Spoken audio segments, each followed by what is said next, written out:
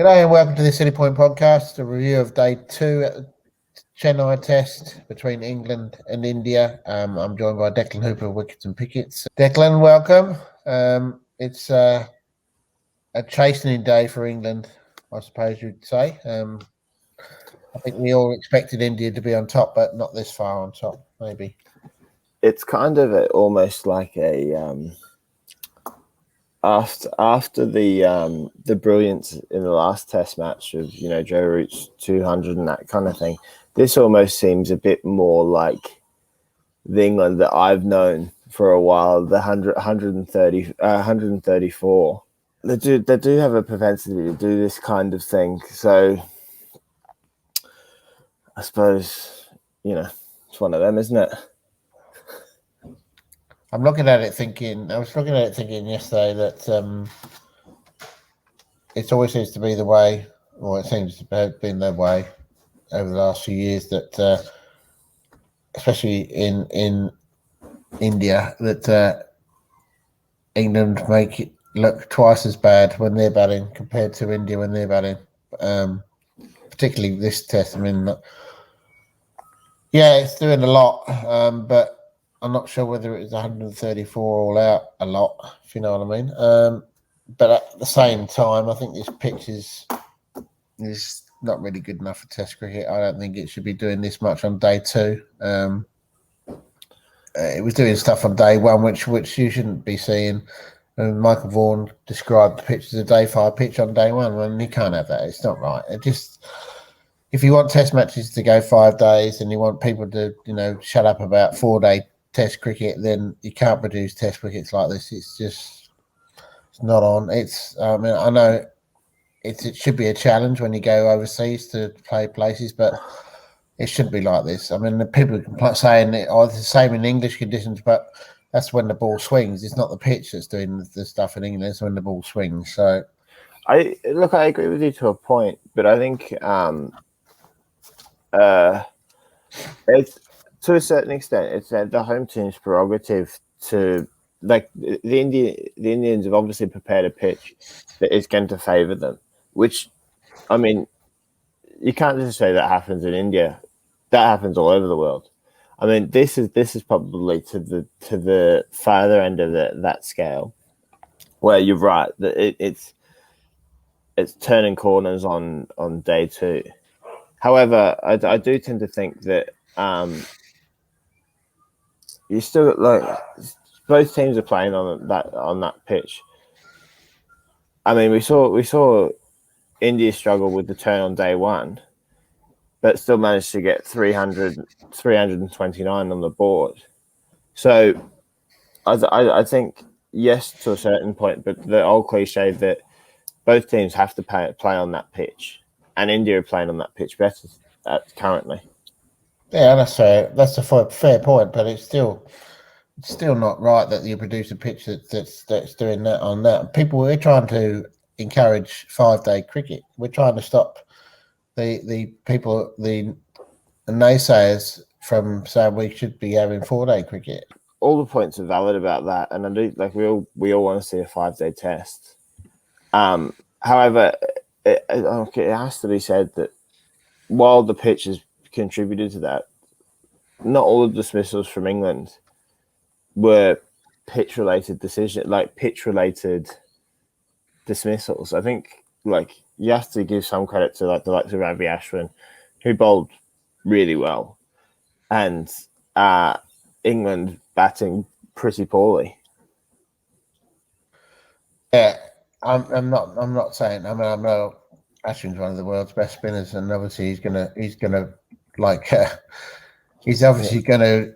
be on top on a pitch like that because he's one of the best. England haven't got those sort of spinners. I mean, Jack Leach tried his best, and actually probably Joe Root was probably the better of the England spinners. He's the one because he's actually pushes the ball, bowls the ball a bit quicker.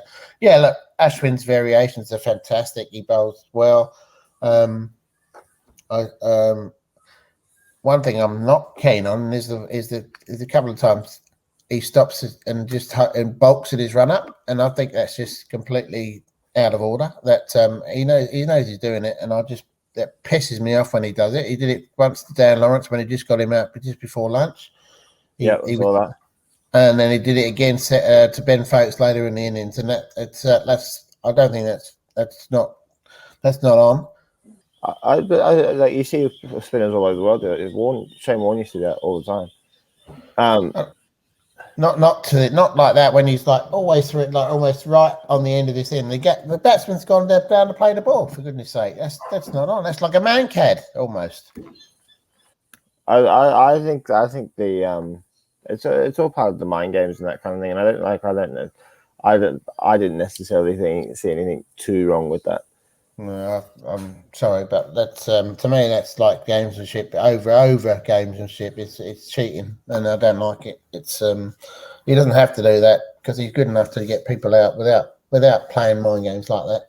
It's like Tim Payne sledging him and stuff like that. If he can't cope with that, then he shouldn't be doing things like that himself. Then, in my opinion, fair enough. Yeah, I'll take England playing badly, and I'll take India on top. So the 134 kind of leaves England in a pretty dire situation moving into the third day.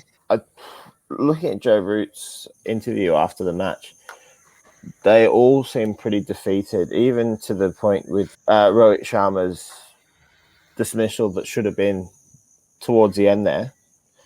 It's all completely not going England's way. And credit to Joe Root. Joe Root was pretty diplomatic, shall we say, after the interview, when I think most captains around the world wouldn't be so. So credit to him. But it does seem like England have kind of just thought, we'll just chalk this up as 1-1. Yeah, look, it's a long way back, let's face it. Rory Burns seems to be the one that's under the most pressure now, I would say. Yeah, and I mean, it's a good way to burn a review as well, considering it was absolutely stonewall.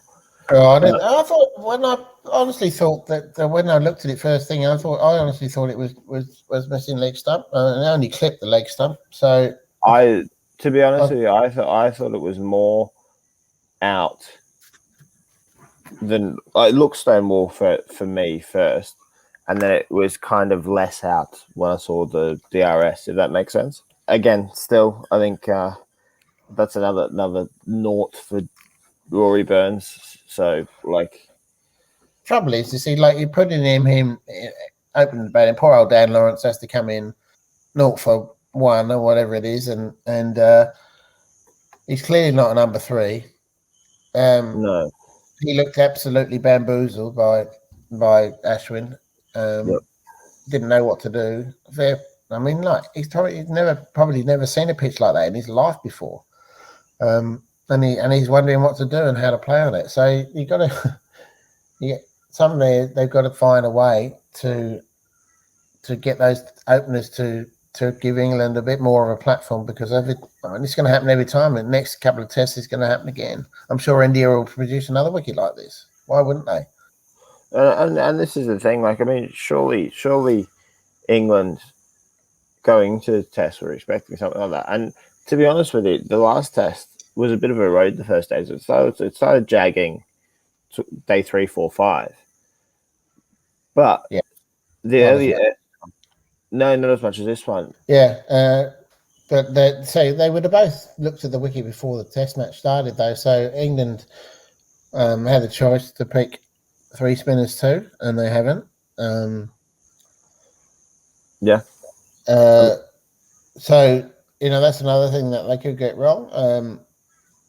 Look, I mean, they could have. They obviously could have batted better. Yeah. What they shouldn't have let happen is India to get 329. That was much too much on a pitch like that. The thing that we said was Rohit Sharma basically he took the game to England, and we said this yesterday that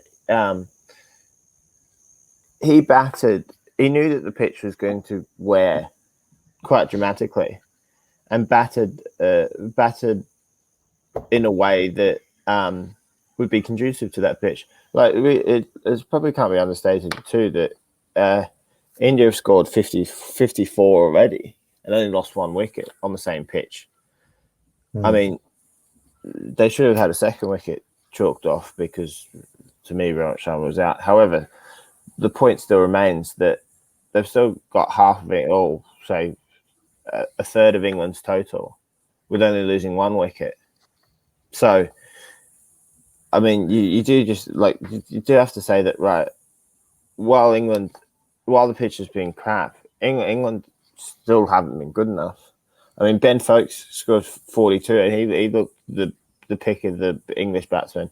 I thought same with Ben Stokes as well. Ben Stokes looked well for his. I mean, I suppose looked good for his 18, if that's at all possible.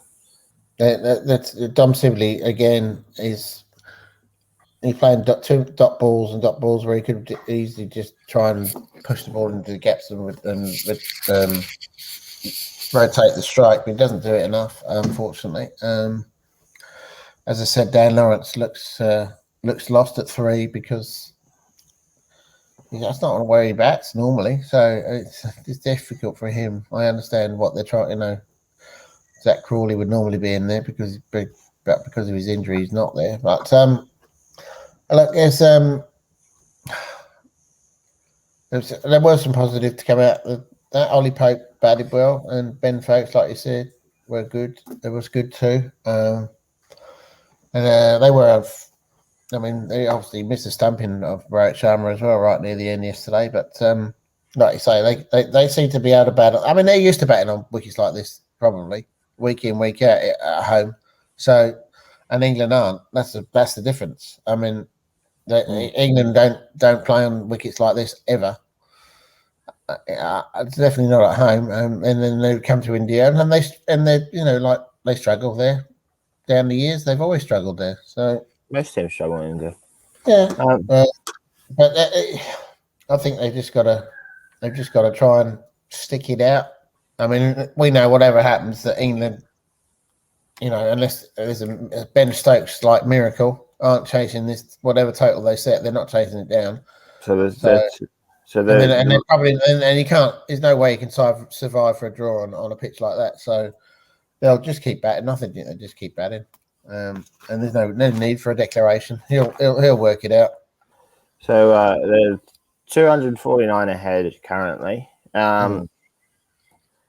So good to see you like this, mate. Yeah, God, I would have hoped to see you bouncing back into the podcast, but not to be. Hey. Oh well, it is what it is. We knew this was coming at some point during the tour. I mean, England wouldn't be England in India without some sort of collapse. But to be fair, you've got to give credit to India.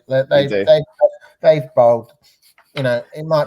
It might be a pitch that's doing it sideways, but you've still got to have the skills to get it done. And Ashwin is like a master of his craft. And this is all without Kuldeep Yadav getting in hardly any overs as well. I don't know what's wrong. Why they don't like him? I don't know what's happened with Kuldeep Yadav.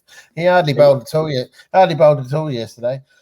I mean, he looked good for his 6 overs. He went 6 overs. Goodness me. But you only have to look at what happened. What like Stuart Broad might as well not been picked for this test, right? No, he's bowled 11 overs in this test match so far. Okay, and hardly done anything. You might as well have picked another spinner with Dom Bess and lose Ben Stokes and Ollie Stone to open the bowling. They had the chance. They looked at this pitch before the test started, and they would have seen the same as the Indians, and we'll be here to chat about it again tomorrow. Yes, hopefully with a lot smilier, upbeat feel too. Hey, I'll be a smile on my face, whatever happens. No worries. Mate, good to hear it. And I'm stoked as well because I think the 2-1 result is still on the cards for Australia to somehow ask their way into the Test Championship finals. If that happens, then there's no justice in this world. If that happens, Yeah. Okay. Well, Right. on that positive note, we'll leave you to it. Take Thank care, you. Phil, and we'll see you again Right. tomorrow. See you tomorrow.